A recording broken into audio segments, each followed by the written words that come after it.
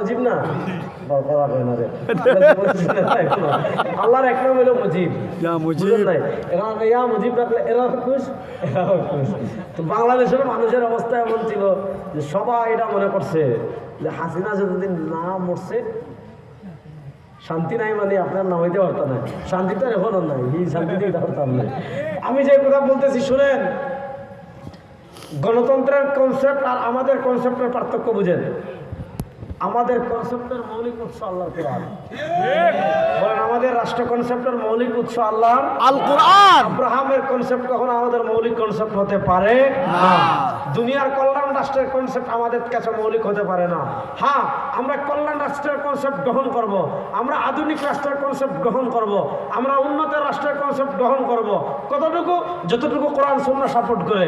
আপনি কল্যাণ রাষ্ট্রের গল্পের কথা বলে কোরআনের বিরুদ্ধে যাবেন, আপনি আধুনিক রাষ্ট্রের গল্প বলে কোরআনের বিরুদ্ধে যাবেন, আপনি উন্নত রাষ্ট্রের গল্পের কথা বলে কোরআনের বিরুদ্ধে যাবেন, আপনি মুক্তিযুদ্ধের পক্ষের রাষ্ট্রের কথা বলে কোরআনের বিরুদ্ধে যাবেন।